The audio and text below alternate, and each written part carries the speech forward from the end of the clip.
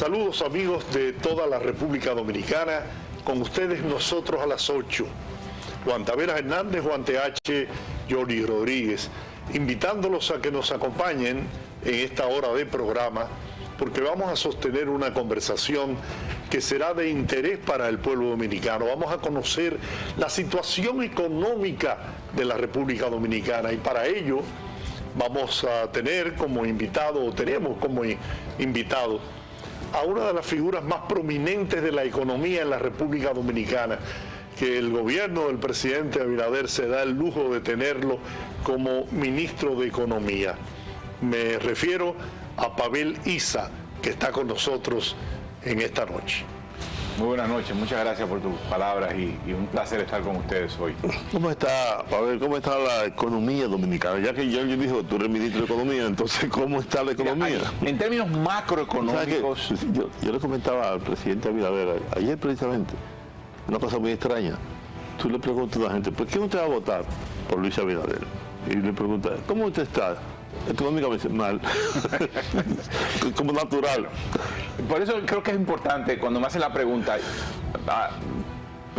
puntualizar que cuando hablamos de la situación macroeconómica, que es la situación de los agregados económicos, cómo está el valor total de la producción, cómo se ha venido comportando, cómo se han venido comportando los precios en este último año, cómo se ha venido comportando la inversión, a ese nivel, macroeconómicamente hablando, el año cierra con muy buen pie. Cierra con una aceleración del crecimiento económico, pasamos la fase más baja del ciclo.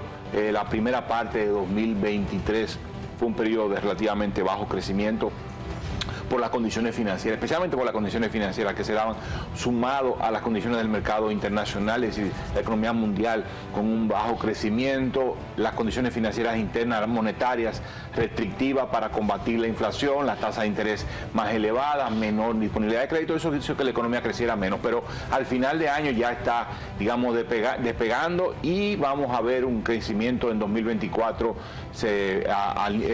cerca del nivel histórico que ha crecido la economía de este país, que ha sido un 5% desde la década de los 70. ¿En cuánto se estima para este año finalmente? Este año cerrará en torno al 2.5%. Eso es un crecimiento menor, pero estimamos que es un crecimiento decente. Lo interesante de esto es que, a pesar de que esta economía va a terminar registrando a final de año un crecimiento en torno al 2.5%, los resultados sociales son como si hubiésemos crecido al 5%.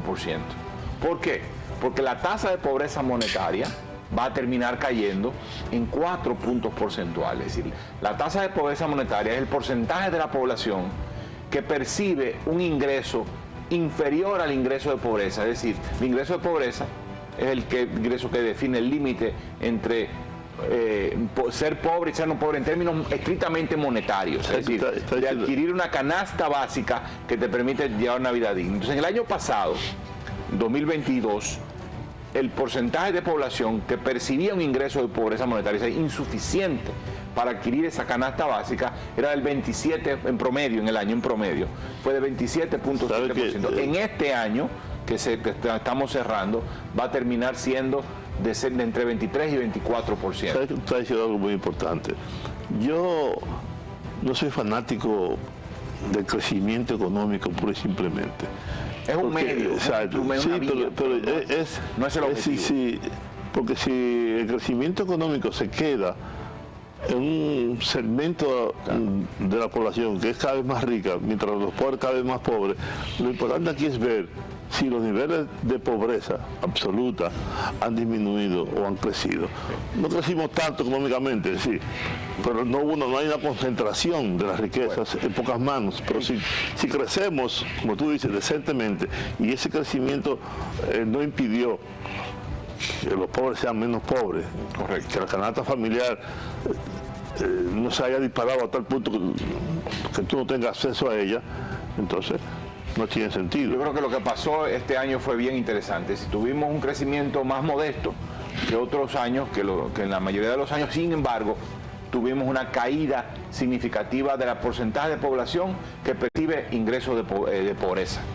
Es decir, hubo 4% de la población pasó de tener ingresos de pobreza a tener ingresos de no pobreza. ¿Ya?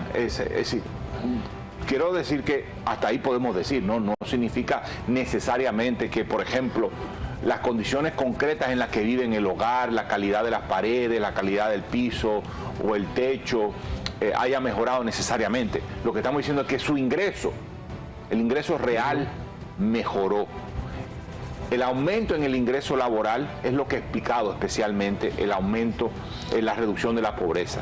Y ese aumento en el ingreso se concentró en los 2 quintiles más pobres de la población, es decir, en el 20% más pobre de la población y en el 20% siguiente. Y la inversión social de parte del gobierno para evitar justamente eso. Bueno, el gobierno ha mantenido una cantidad significativa de ayudas sociales a raíz de la pandemia.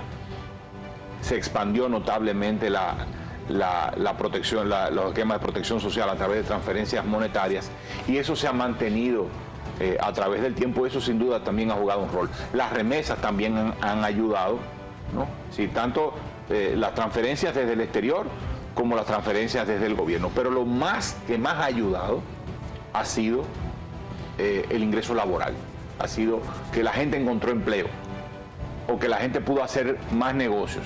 En ese sentido, quiero destacar el tema del mercado laboral.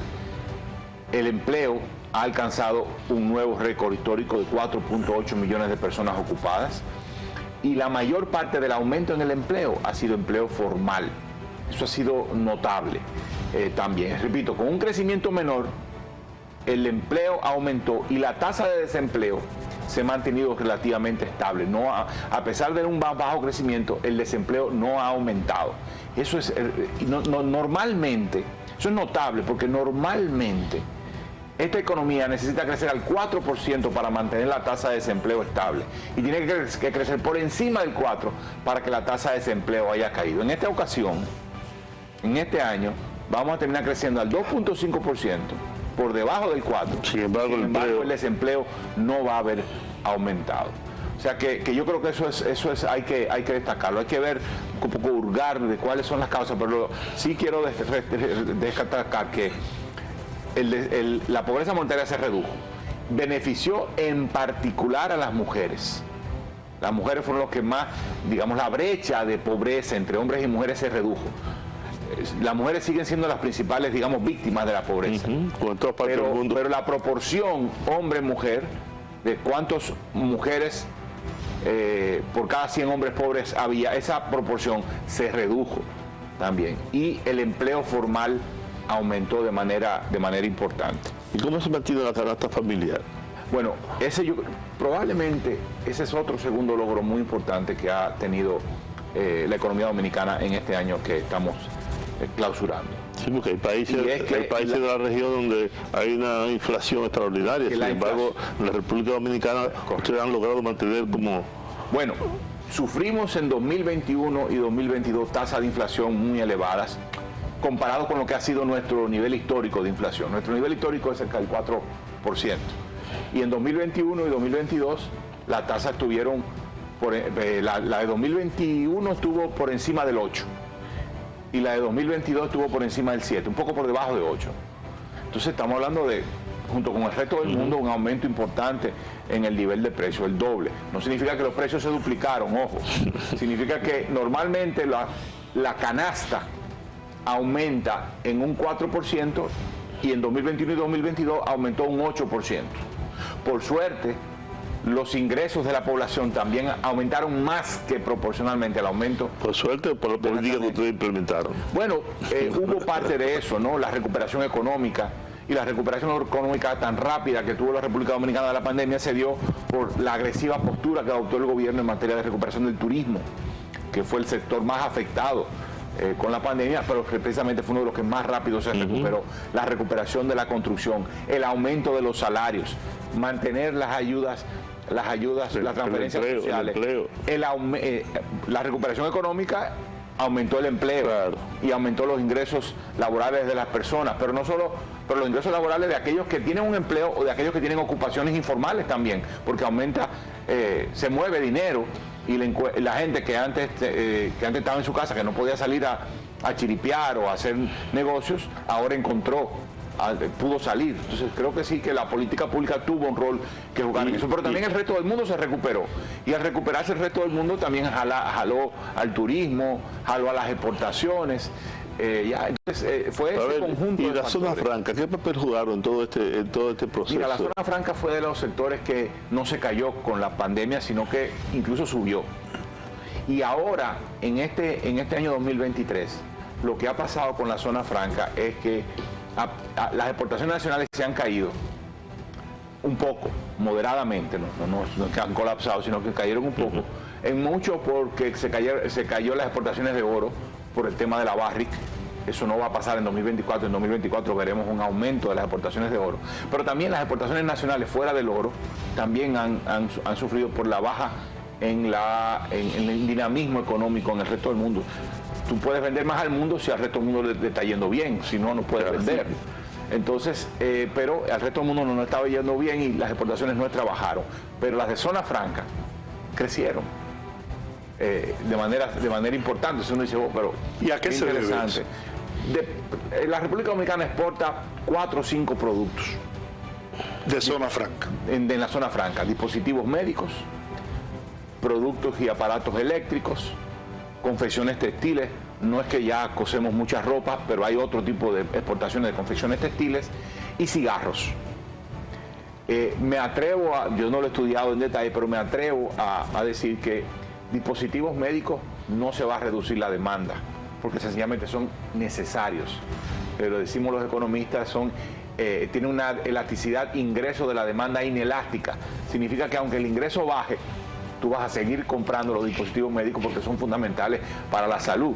Tú dejarás de viajar, pero no vas a dejar de comprar el dispositivo médico que necesitas comprar. Me refiero a los hospitales especialmente y todos los centros de salud en el mundo. Pero también eso significa otro tipo de empleo.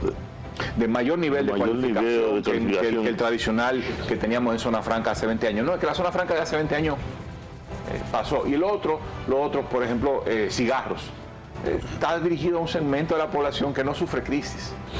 En el resto del mundo, en Estados Unidos, entonces la demanda de cigarros se mantiene alta porque está dirigido a un mercado de dinero. Entonces, esos dos factores. Además, el cigarro dominicano tiene una fama, sí, así de buen cigarro. Tenemos que ir a una pausa, Pavel, con tu permiso. Regresamos en breve.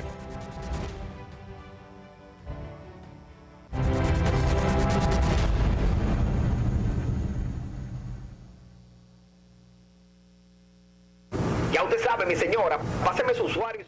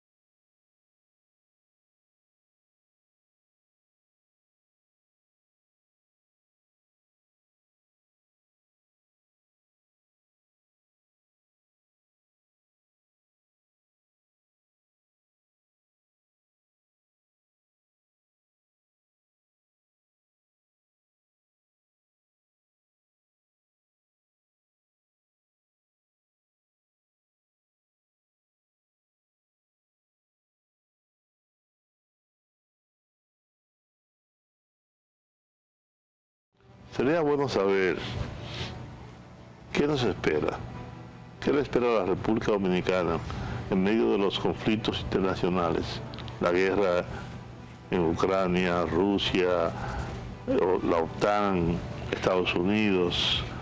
Por otro lado tenemos el conflicto en Gaza, Israel, todas estas cosas. ¿Qué tanto puede afectarnos o qué tanto puede beneficiarnos? Sí, siempre hay riesgos geopolíticos, pero en este momento lo que aparenta es que estos riesgos están controlados. La guerra en Ucrania se ha focalizado en Ucrania y de hecho ni siquiera abarca todo el territorio ucraniano, sino una parte de ese territorio, y parece que se trata de un conflicto de más largo plazo. La guerra en Gaza también parece que no va a regionalizarse. Había el temor de que se pudiera regionalizar, pero parece que nadie tiene el interés de que eso supere una tragedia humana allí, debo decir, ¿no? Pero que no va a superar los conflictos de las fronteras de la Franja y de Israel. Los Estados Unidos y China están de alguna manera buscando algún tipo de equilibrio geopolítico global, y hay un interés de parte de los dos liderazgos, de Biden y de Xi Jinping, de encontrar ese punto de avenencia donde, mira, no nos entendemos acá, pero aquí vamos a tratar de trabajar juntos. Yo creo que eso hace que el 2024 apunte a ser un año de relativa estabilidad. Siempre el precio del petróleo es impredecible, que es una de las variables más importantes. Pero aparentemente no hay riesgos acrecentados respecto a lo que va a ser el precio. ¿Cuál es el precio ideal? ¿Cuál es el precio ideal? No, ideal, manejable. Para la economía dominicana, sí. Para la economía dominicana, obviamente, mientras más barato mejor, porque somos totalmente importadores, pero $60 pudiera ser un precio mucho más manejable, en donde el subsidio a los combustibles en la República Dominicana sería cero. 60, 65, pienso que yo no tengo el número así tan fresco, pero sería una cifra en la cual el subsidio sería cero. Mientras esté por encima de $70, el gobierno va a tener que subsidiar para mantener el precio vigente actual. La decisión del subsidio puede cambiar y decir, no, mira, ya voy a dejar esto a que flote de acuerdo a los precios internacionales. Yo creo que a ese subsidio, que parece ser un suicidio, hay que buscar una salida, porque tenemos tanta gente que no paga la energía. No, por un momento, yo estoy hablando del subsidio a los combustibles. Sí, ahora, el subsidio a la energía, ese sí es serio, ese sí es mucho más grave. Sí, claro, estamos hablando la diferencia de lo que invierte el gobierno en subsidiar los combustibles con respecto a subsidiar la energía es muy grande. O sea, estamos hablando de 75 mil millones de pesos probablemente en subsidiar la energía, es decir, de cerrar la brecha entre lo que las distribuidoras, entre el valor de lo que las distribuidoras sirven y lo que cobran. Esa diferencia es de 75 mil millones de pesos. Demasiado. Estamos hablando de un 1% del Producto Interno Bruto. O sea, para que se tenga una idea, gastamos el equivalente al 4% del PIB en educación. Estamos hablando del 1% en el subsidio a la energía. En salud gastamos casi el 2% del PIB. La mitad de eso lo estamos destinando al subsidio, al subsidio a la energía. Si estamos hablando de recursos muy, muy significativos. Todo el gobierno en impuestos recauda como el 15% del PIB, y de eso un 1% lo estamos gastando en el subsidio eléctrico, por esa diferencia entre lo que se recauda y lo que se sirve. Entonces, sí, definitivamente es un tema muy serio. De por sí, transformar al sector eléctrico para que se cobre todo lo que se sirve es una mini reforma fiscal. Y es una inversión multimillonaria. Sí, el problema es que tienes que hacer una inversión en la distribuidora, pero no tienes el dinero, la distribuidora no tiene el dinero ni el gobierno para hacer la inversión que necesita. Es una trampa de la cual hay que salir de alguna manera. Es que hay instalaciones eléctricas, servidores que utilizan el servicio eléctrico, que están conectados hasta con alambre de púa. Aquí hay una proporción de ciudadanos, de hogares, que tienen energía eléctrica, conectados hasta con cables de teléfono. Sí, hay un tema del tema de comercializar la energía, que tiene que pero para eso hay que hacer una inversión multimillonaria. Entonces, es como una empresa deficitaria que necesita hacer inversiones para poder salir del déficit, pero precisamente porque tiene el déficit no tiene el dinero. Yo estuve en la casa de un ciudadano, amigo, en un barrio, y ocurre, yo le digo, pero tú tienes más electrodoméstico que yo. No, pero bueno, de todas maneras y no pago un peso. Entonces tiene aire acondicionado de ventana. Consume mucha energía. Nevera, televisor, hasta un freezer, aquello, lo otro. No, pero, ¿cuánto tú pagas? ¿Y cuánto tú pagas? No, yo no pago, aquí no pagamos luz. De todas maneras, que retomando un poco la conversación inicial, los riesgos no parecen ser muy grandes para el año que viene, y de hecho hay muchos elementos positivos, especialmente el buen comportamiento de la economía estadounidense. Este trimestre que pasó, el tercer trimestre del 2023, la economía estadounidense creció por encima del 5%, comparado con el mismo trimestre del año anterior. Entonces, eso te va a ayudar con turismo. Te va a ayudar con turismo, te va a ayudar con remesas, te va a ayudar con exportación. Entonces, el entorno externo, con riesgos, claramente, hay sus riesgos, aparenta un entorno que va a ser bueno. ¿Y tú no piensas que ese escepticismo de la campaña electoral, Donald Trump, Biden, eso pueda crear las tensiones geopolíticas al interno de Estados Unidos tienen que estar afectando el ritmo de inversión, pero no se ve claramente en los números, porque la economía estadounidense va bien, a pesar de las tensiones políticas internas, la economía estadounidense va bien. La pregunta sería, bueno, si no hubiera esas tensiones, ¿fuera aún mejor? Bueno, es probable, eso no lo sabemos, pero lo que sí es que las tensiones y las dificultades políticas y sociales que están teniendo muchos países en la región, nos beneficia. Frente a la República Dominicana nos está beneficiando, porque en ese contexto la República Dominicana se ve como un destino seguro de inversión, una economía que si bien en 2023 no creció tanto, se ve que es una economía que va a crecer en 2025, 2024, el Fondo Monetario Internacional proyecta un crecimiento del 5.3%. Y encima de todo eso tenemos una gobernabilidad, una estabilidad en este país, garantía jurídica, todos esos elementos políticos internos influyen en la inversión. Ayudan. Yo creo que el invertir en Haití, no hay nada, invierto aquí. Yo voy a decir, teniendo este panorama positivo para 2024, que creo que el crecimiento va a retornar en torno al 5%, esas son las proyecciones oficiales del Ministerio de Economía, pero también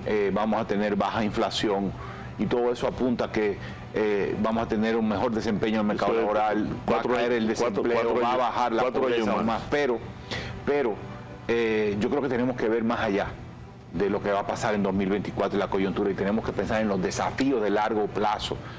Yo siempre digo que el negocio del Ministerio de Economía es el negocio del desarrollo, y por lo tanto tenemos que estar pensando más allá de la coyuntura macroeconómica. Tenemos una buena coyuntura, ciertamente eso siempre ayuda, y si de buena coyuntura en buena coyuntura vamos continuamente, pues obviamente. Ahora, yo te pregunto, pero los desafíos estructurales, Juan TH, educación. La educación es, y yo he dicho en múltiples ocasiones, que la educación y el cambio climático son los dos grandes desafíos que tiene este país. No significa que no tenga otros. Haití, por ejemplo. Bueno, siempre el riesgo de Haití hay que tener, pero fíjate, en la peor de las situaciones en Haití, como el terremoto, no fue una situación que causó catástrofe en la República Dominicana. Ahora la situación política de colapso del Estado tampoco ha causado una situación política de problemas severos, negativos. Entonces, digamos que de alguna manera hay un riesgo ahí controlado, pero los desafíos, digamos, cambio climático, es decir, lo estamos viendo, una frecuencia de eventos hidrometeorológicos extremos, ya sea de precipitaciones o de sequías prolongadas, que está afectando la producción agrícola y está afectando a la infraestructura, está afectando no solamente en este país, está afectando los asentamientos humanos, estamos recibiendo estos eventos están causando pérdidas de manera pérdidas significativas. Entonces tenemos que prepararnos para un entorno de ese tipo. ¿Cómo podemos, como se dice ahora, construir comunidades y una economía más resiliente? ¿Cómo hacemos que la agricultura no sea afectada tan severamente y por lo tanto la seguridad alimentaria. Sí. Eso por ese lado. Pero por otro lado, el tema de educación. El principal problema para la transformación productiva y la modernización económica de este país y de sus sectores productivos, la principal barrera es la educación, el principal barrera y por tanto el principal desafío es la educación. No tenemos el capital humano necesario para lograr ponernos a la altura del reto de las transformaciones tecnológicas que están habiendo en el mundo y de que para no quedarnos atrás. Entonces, esos dos elementos, cómo transformamos el aula para que sea un espacio de enseñanza y aprendizaje, y de crecimiento y desarrollo, eso es lo que te va a permitir que el crecimiento económico se transforme en desarrollo, porque capital humano significa también mejores salarios, sí, claro. Fuerza de trabajo más calificada, seguridad, se va a tener mayores salarios, empleos más seguros, ¿ya? Y luego otra vez crecer con sectores productivos que tengan más capacidad, mayores habilidades, con personas con más habilidades tecnológicas, más capacidades, más destreza, pero al mismo tiempo más resilientes frente a los choques que estamos recibiendo. De hecho, hay empresas que están mudándose de Asia hacia... El nearshoring, sí, se llama el nearshoring. Que a pesar de lo atractiva que es la República Dominicana, han preferido irse a otros mercados, precisamente por la falta de ese personal humano para poder respaldar esa gente. Ahora, yo quiero saber... Sí, pero eso también atañe a la agricultura. Tenemos que modernizar la agricultura. Sí. Pero ¿cómo la vamos a modernizar? Necesitamos la gente con capacidades y habilidades para participar de esa nueva agricultura. Pero también de la nueva industria, del nuevo sector de turismo, los nuevos sectores de turismo, que estamos pensando en un turismo ya más diversificado, más complejo, servicios más sofisticados. Las campañas electorales suelen crear algún tipo de conflictos, no. Yo digo bueno, déjame ver qué va a pasar. La inversión, déjame ver quién va a ganar, déjame ver si... Yo creo que cada vez eso es menos. Si se va a mantener la estabilidad, si el presidente puede perder, puede ganar, qué puede pasar. ¿Tú no crees que estamos ya en una campaña electoral? Yo creo que cada vez menos. No hay un escepticismo en ese sentido. Pienso que no. Pienso que se combinan dos cosas, probablemente una más importante que la otra. La más importante es que lo que se percibe es que va a haber continuidad en el gobierno central. Las encuestas, el presidente, eso es lo que aparenta. Pero lo otro es que aunque haya la posibilidad de alternancia, se percibe que cualquier alternancia que haya va a ser tranquila. No va a haber cambios bruscos. No estamos hablando de una competencia electoral en donde hay diferencias ideológicas muy profundas, intensas, que prometan cambios de política demasiado significativos. Eso tiene sus peros, tiene sus problemas. Porque nosotros algunos quisiéramos ver, por ejemplo, caminar más velozmente en algunas direcciones, en fin. Pero el balance que hay en este momento es un balance en el cual no se perciben que puedan haber cambios bruscos, aunque cambie el gobierno. Abel, tenemos que hacer otra pausa. Regresamos en breve, en Nosotros a las 8.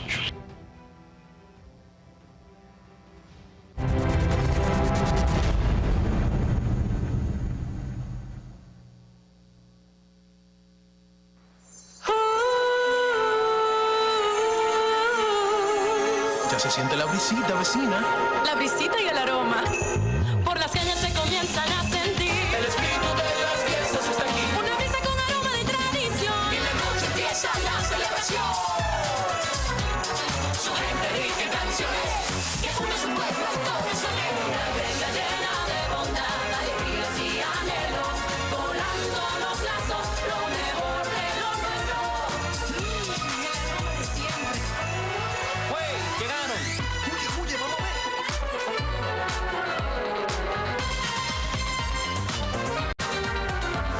Incompleta está la fiesta. Si no llegan los amigos. Corre, ponte otra greca.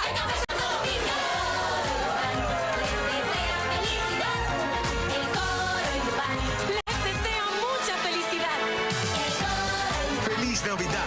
Les desea Café Santo Domingo y toda la familia en Dubán.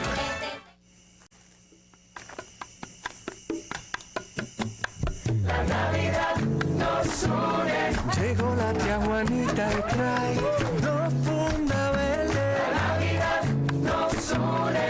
Llena de turrones y chocolate para toda mi gente. La Navidad nos une. El horno ya.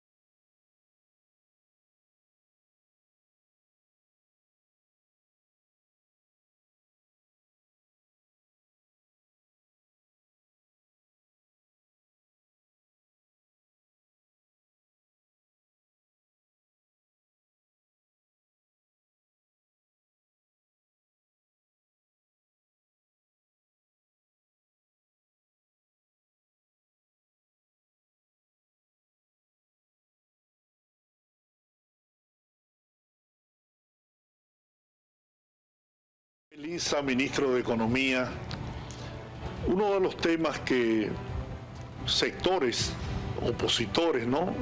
Políticamente opositores al gobierno, más quieren señalar y destacar es el tema del endeudamiento de la República Dominicana.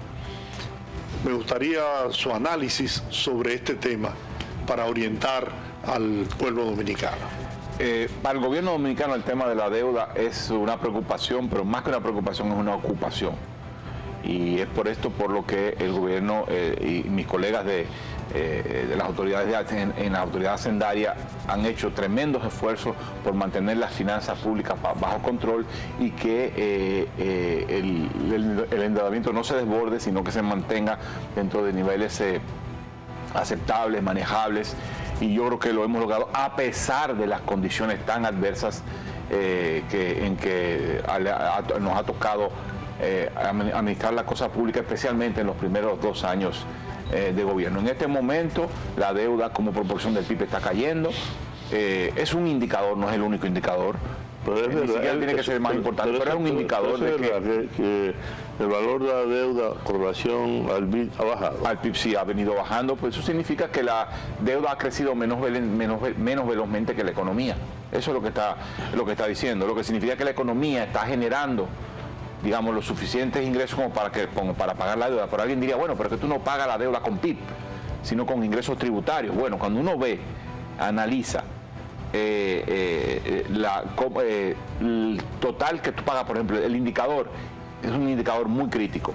El pago de intereses, porque al final es un problema de intereses, porque si tú tienes una deuda que se vence, un capital que se te vence, tú tomas otro préstamo, pagas el capital, entonces no hay cambio, no hay diferencia. El problema es a qué tasa de interés lo está pagando, cuánto está pagando de interés. Entonces, el interés es el que hay que prestarle atención. Entonces, en los intereses, como proporción de los ingresos tributarios, se ha mantenido estable en el orden del 22%, más o menos. O sea que, a pesar de que hay quejas de que, bueno, que siempre tomamos deuda, pero cuando ves el peso de los intereses en los ingresos tributarios, el peso de los intereses en el presupuesto, se mantiene estable. Lo que pasa es que es alto. Claro que es alto, y por eso es una preocupación, y por eso el gobierno se ocupa. Pero al final tú estás pagando en interés el 3% del PIB, pero no ha aumentado. ¿Y por qué entonces la oposición y los economistas de la oposición insisten que este gobierno ha tomado demasiado dinero prestado? Yo no creo que haya tomado mucho más dinero de lo que los gobiernos en el pasado tomaron. Creo que hay una situación de estabilidad en ese sentido. Yo repito, la diferencia que hay es que este gobierno ha mantenido ese flujo de deuda. Estamos sacando aparte el periodo de la pandemia. El año de la pandemia 2020 fue extraordinario en términos de deuda. Hubo que tomar porque los ingresos se cayeron, porque los gastos se dispararon, especialmente para los programas de protección social, pero una vez pasado eso, ahora lo que tenemos son indicadores no muy distintos, aunque el PIB sobre la deuda sobre el PIB ha venido cayendo, pero en general, digamos, el monto de recursos que está destinando, que está recibiendo como deuda y pagando como deuda no es particularmente distinto al pasado, pero repito, en un contexto mucho más difícil. Pero mira que si la cuestión se ha manejado bien, que las calificadoras de riesgo están mejorando las notas que tiene el país continuamente. No lo estamos diciendo nosotros, lo están diciendo las calificadoras de riesgo. Están diciendo, con el contexto que ustedes han vivido, cómo va la economía, como ustedes están manejando la finanza, yo te doy una mejor nota de la que le daba a los gobiernos anteriores. Estamos dando una buena nota. Repito, insisto, no significa eso que la deuda no sea un desafío. Lo es porque estamos utilizando, si estamos pagando el 4% del PIB en educación, estamos invirtiendo el 4% del PIB en educación. Para pagar los intereses de la deuda, estamos invirtiendo el 3% del PIB. O sea, estamos invirtiendo muchos recursos. Lo ideal es que la proporción de deuda que tomemos año a año sea cada vez menor. Y eso significa, pero eso solo lo haces de una de dos maneras. O aumenta los ingresos o baja los gastos. Bajar los gastos en un país que demanda salud, que demanda agua potable, que demanda infraestructura, eso no es posible. Y el tema de los ingresos no ha sido posible tampoco aumentarlos por los contextos que hemos vivido, pero el país tendrá que revisar eso. Yo creo que profesionalmente no es correcto condenar al gobierno por los préstamos sin analizar ese periodo al que tú te refieres, de la pandemia. En ese momento era absolutamente necesario tomar préstamos que no te gustaran, aunque no fueran buenos en su totalidad, porque tú tenías una situación de excepción, una situación que tenían que resolver con dinero. No estaban en el Banco Central, ni en el Banco de Reservas, ni en el Ministerio, había que buscar dinero. Y todos los países lo hicieron. Claro, había que comprar, Estados Unidos es el país más endeudado del mundo. Sí. Había que comprar vacunas. Correcto. Había que comprar medicamentos, y había menos dinero en las arcas porque la economía cayó un 6, un 7% y las recaudaciones tributarias se caían. O sea, a la hora de analizar tú tienes que tomar en cuenta esos elementos. Sí, exactamente. Yo creo hay otro tema, es el tema de la tasa de cambio del dólar, ¿no? Hay sectores de la oposición que están anunciando, ¿no? Situaciones difíciles con la tasa de cambio, y toman incluso como referencia que la tasa de cambio para el presupuesto del próximo año fue calculada al 60-1. ¿Qué opinión tienes sobre eso? Yo lo que creo es que, cuando uno toma la tasa de devaluación acumulada, vamos a hablar con números, la tasa de devaluación acumulada entre enero y noviembre fue de 2.3%, si mal no recuerdo. Y cuando uno toma de noviembre a noviembre fue como de 4%, ha sido como de 4%. Entonces estamos hablando de una tasa de devaluación normal. La tasa de devaluación normal en este país es entre 3 y 4%. Y así se ha venido comportando en este año. Y el año pasado lo que ocurrió fue una revaluación del peso. Sí. No estoy diciendo con eso que sea necesariamente bueno. Eso tiene sus desafíos, porque si el peso se revalúa, el turismo queda impactado y también las exportaciones quedan impactadas, porque al final van a recibir los exportadores y los hoteles y los que reciben ingresos, los que venden en el exterior, reciben menos pesos por los dólares. aunque tiene otras implicaciones positivas. El gobierno paga menos por la deuda externa, los importadores pagan menos por las importaciones. Bueno, pero cuando tú ves en el gran esquema, tú dices, y a lo largo de los meses y a lo largo de los últimos 2 años, tú ves que hay estabilidad cambiaria y una tasa de devaluación relativamente estable, con algunas fluctuaciones. Puede haber momentos en que los bancos no quieran vender divisas, algunas quejas de que dicen que no encuentro divisas en el banco. Bueno, a veces los bancos aguantan por algún par de semanas, pero no es que la economía se frena, no es que la economía le falta divisa. Estamos hablando de que este año vamos a generar 40.000 millones de dólares por exportaciones de bienes, turismo, remesas e inversión extranjera directa, otra cifra récord. Entonces el Banco Central tiene una posición de reservas muy cómoda, 16.000 millones. O sea, el riesgo devaluatorio de una devaluación severa es cero, porque hay suficiente divisa para satisfacer la demanda. O sea que yo creo que estamos en una situación bastante cómoda en ese sentido. Repito, la preocupación no es macroeconómica, aunque siempre hay que estar pendiente de que no vaya a pasar algo que nos golpee muy duro. La preocupación, yo insisto, es de largo plazo, los temas fundamentales.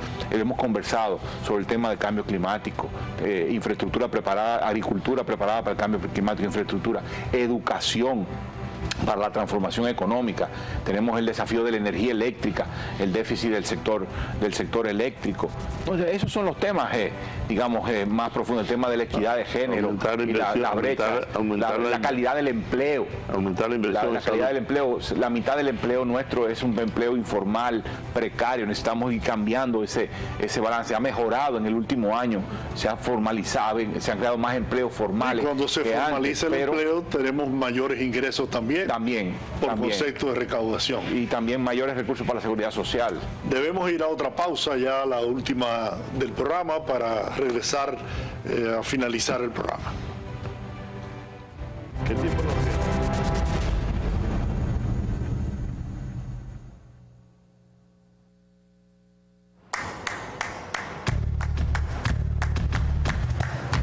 Felipe y Gaby dan fe del crecimiento de la construcción gracias a Banreservas.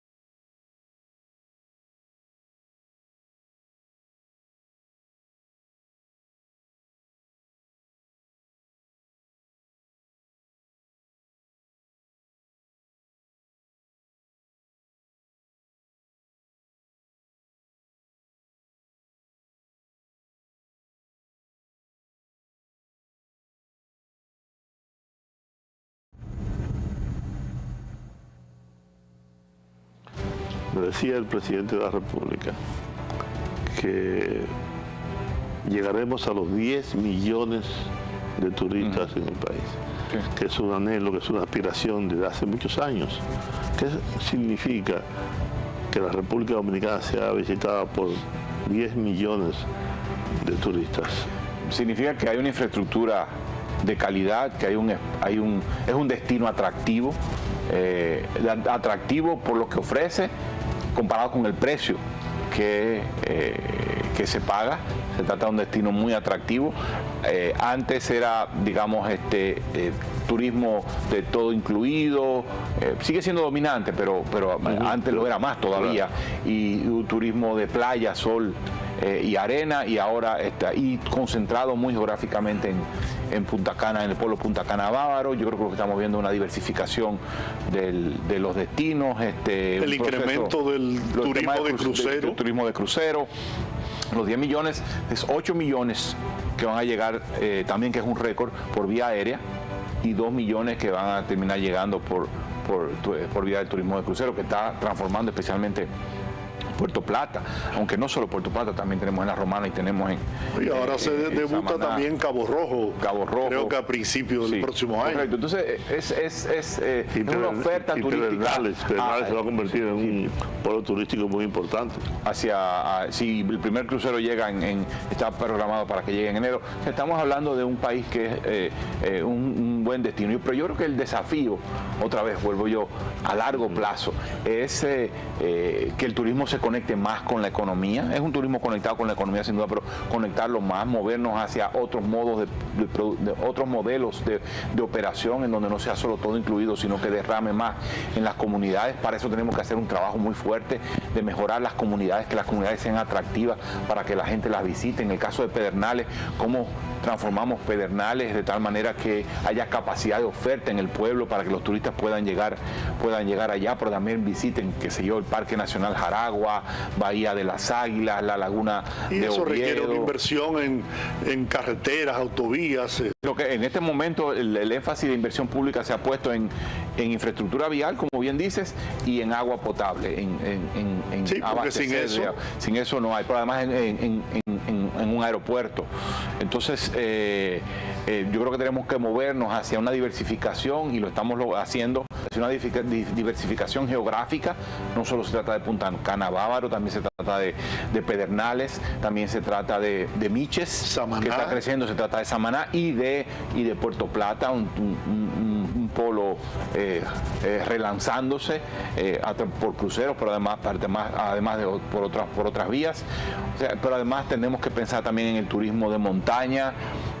Tenemos que pensar en el turismo médico, el turismo más ecológico. O sea, yo creo que eso es lo que va a permitir cimentar y consolidar a la República Dominicana en sentido más amplio como destino turístico, más allá de Punta Cana Bávaro. Entonces, eso es positivo, pero tenemos que movernos de la misma manera en que nosotros decimos, tenemos que lograr que el crecimiento se transforme en bienestar, el crecimiento se transforme en desarrollo. También tenemos que lograr que el crecimiento del turismo se transforme en más desarrollo y más bienestar en las comunidades a donde va el turismo especialmente. Pero ahí volvemos al tema eléctrico. Bueno, tenemos que construir las plantas necesarias, y creo que el gobierno tiene un interés en ese sentido.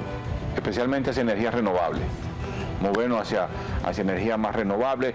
Yo soy optimista en ese sentido. Creo que la participación de las energías renovables en la producción total de energía está creciendo y va a continuar creciendo de manera significativa. Está el tema de las hidros.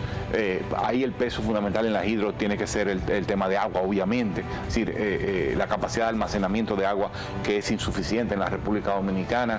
Estamos hablando de que almacenamos cerca de un 8% del agua, cuando el nivel ideal sería un 40%. No tenemos suficientes presas y la producción de agua es insuficiente. Ese es otro de los grandes desafíos a largo plazo, el tema de agua en sentido amplio. Desde la producción de agua hasta los servicios de riego y servicios de agua potable y saneamiento. Te voy a invitar a que pases por el malecón que inauguró Carolina Mejía y el presidente Luis Abinader. Una belleza. Eso vi. Date la vuelta por ahí. Bueno, Vamos para allá. Pavel Isa, gracias por esta conversación orientadora por demás. Estamos ya despidiendo el año y queremos desearte que tengas una feliz Navidad y que el próximo año sea de prosperidad, ¿no? Para ti, tu familia y todo el pueblo dominicano. Igual para ustedes. Muchísimas gracias. Amigos, gracias. Nos encontramos en una nueva entrega de Nosotros a las 8.